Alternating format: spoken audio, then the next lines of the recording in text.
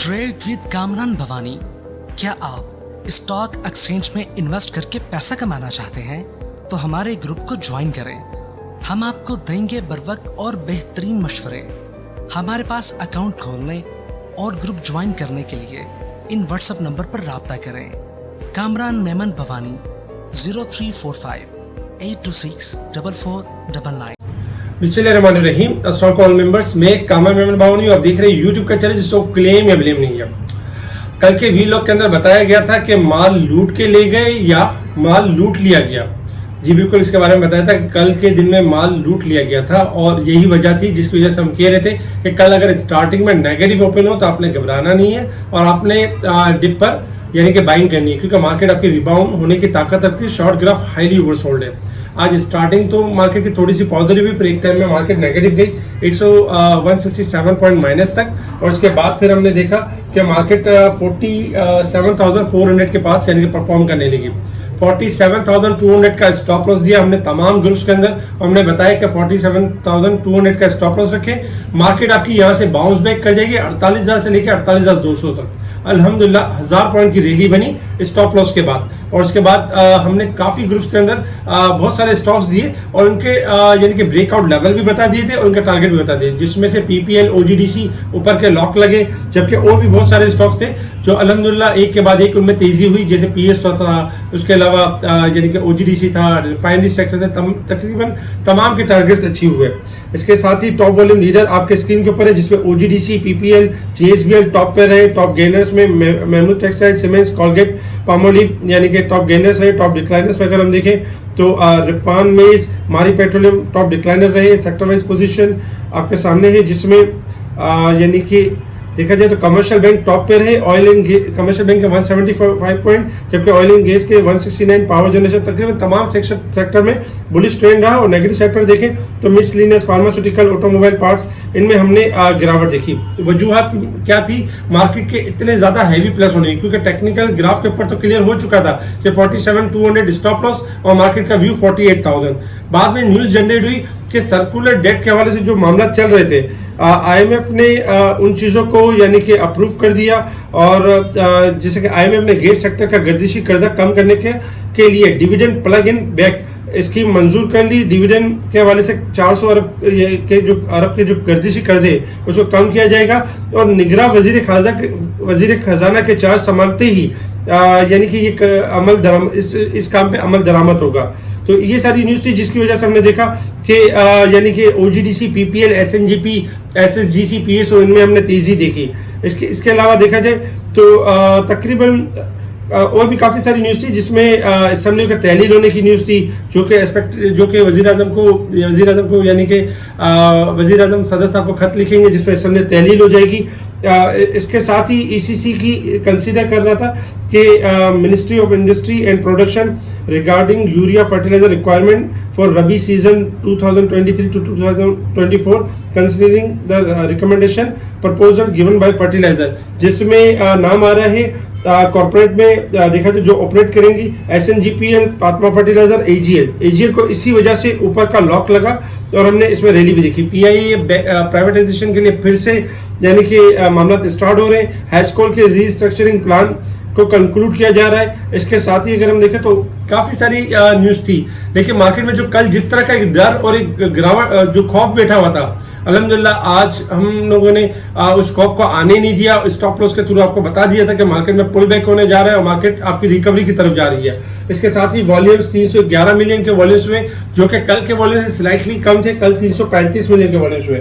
इसके साथ ही अगर हम देखें इंटरनेशनल मार्केट की तरफ, तो इंटरनेशनल मार्केट में इस वक्त जो क्रूड ऑयल ट्रेड कर रहा है $83.82 के पास ट्रेड कर रहा है।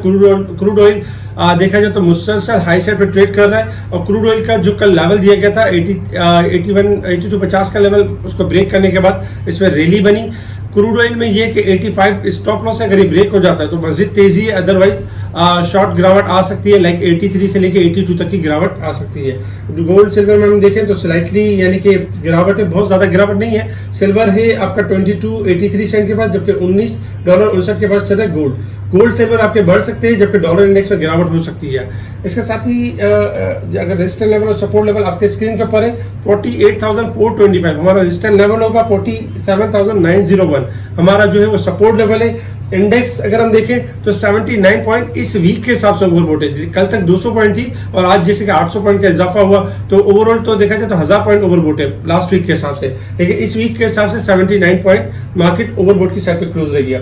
जबकि साल के हिसाब से देखें तो कल तकरीबन 3400 के अराउंड ओवरबॉट थी मार्केट, आज उसमें इजाफा हुआ है और वंस अगेन 800 पॉइंट का इजाफा हुआ है, जिसकी वजह से 4458 पॉइंट मार्केट अब भी ओवरबॉट की साइड पे परफॉर्म कर रही है।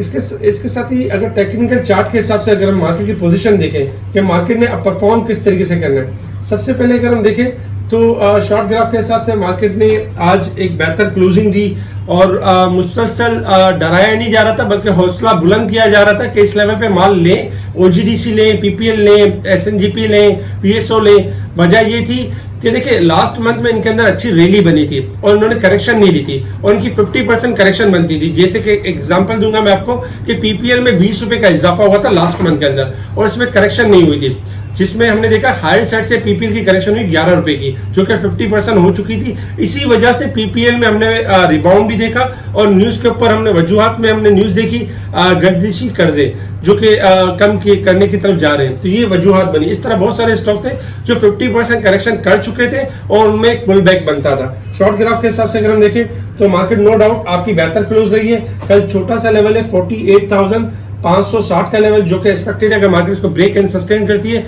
तो मार्केट मजीद यहाँ से तेज होने के चांसेस है। इसके अलावा अगर हम डे के चार्ट के ऊपर देखें तो आज काफी बेहतर क्लोजिंग रही है मार्केट की और मार्केट ने एक तरह से अगर देखा जाए तो जो फर्स्ट टॉप बनाया था 49,400 का, मार्केट दोबारा कोशिश करेगी उस टॉप तक पहुंचने की कोशिश करेगी। अब सेकंड टॉप बन सकता है या वहां पे डाइवर्जन बन सकता है, वो आगे चल के आपको बताया जाएगा, लेकिन मार्केट के पास पोटेंशियल है कि मार्केट अपने फर्स्ट टॉप 49,400 की तरफ यानी कि दोबारा जा सकती है और मौका दे सकती है। कल के लिए आपने करना ये सिंपल, आपने करना ये कि 47,900 का स्टॉप लॉस रखना है और मार्केट का जो व्यू है वो बुलिश यानी कि पॉजिटिव ट्रेंड है मार्केट का।